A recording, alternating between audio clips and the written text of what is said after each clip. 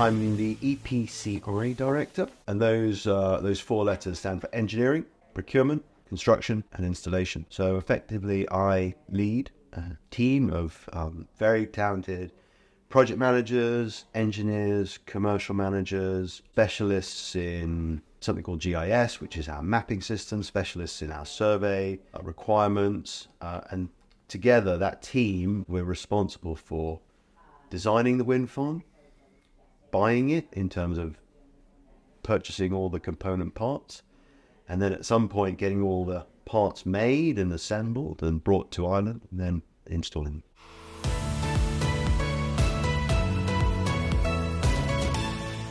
Ask yourself, if you were being asked to do the same thing, is it clear what you're being asked to do? Is the goal clear? It doesn't always need that you need to say how to do something. That's often the least important part of it. It's, are you able to clearly articulate to the people that you're leading what needs to be achieved, not how to achieve it?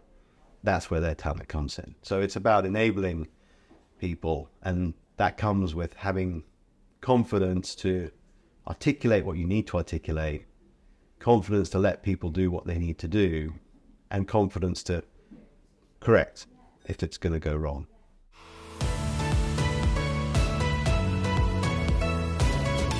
My career started in the military as a 19-year-old British Army officer leading a troop of main battle tanks, so leading 11 soldiers in a troop, as it's called. Then I moved on to training recruit soldiers. Then I went on to become a military helicopter pilot, commanding a Lynx anti-tank flight in southern Iraq. And from that point, I then moved into subsea engineering, subsea construction, geophysical, geotechnical surveys and investigations. And then that moved me into offshore wind, which was growing at the time. And one project led to another. And effectively, that's brought me to where I am now.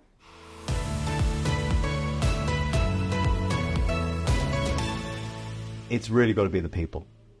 You know, this team, the team that we have on Codling, the enthusiasm, the energy that comes from them to want to tackle the challenge, to bring a 1.3 gigawatt wind farm, one of the first ones, to Ireland, to deliver it in the timescales, to deliver it with the technology that we're planning to that doesn't yet exist.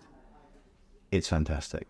In any project, that would be a great challenge, but to do it with the team that we've got, people that work remotely, come to Dublin, come to Ireland, integrate, go away, progress, come back, it's great.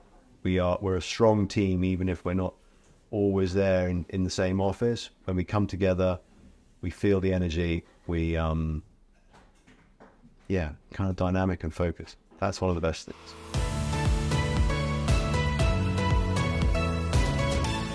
I think all projects, particularly in first phases, face their challenges, whether that's from, new regulatory regimes, risk profiles for investors.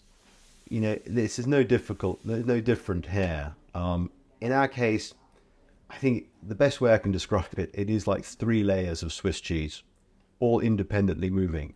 And at some point, you're looking for the gap between the 3 layers. And those different layers are whether that's the market that we're facing in terms of who are we going to buy turbines from, where are we going to get turbines of the technology we need, all those sorts of things, to whether it's the regulatory requirement on how we can get our planning in time and we can make sure that our wind farm is designed and it's, that it suits Ireland.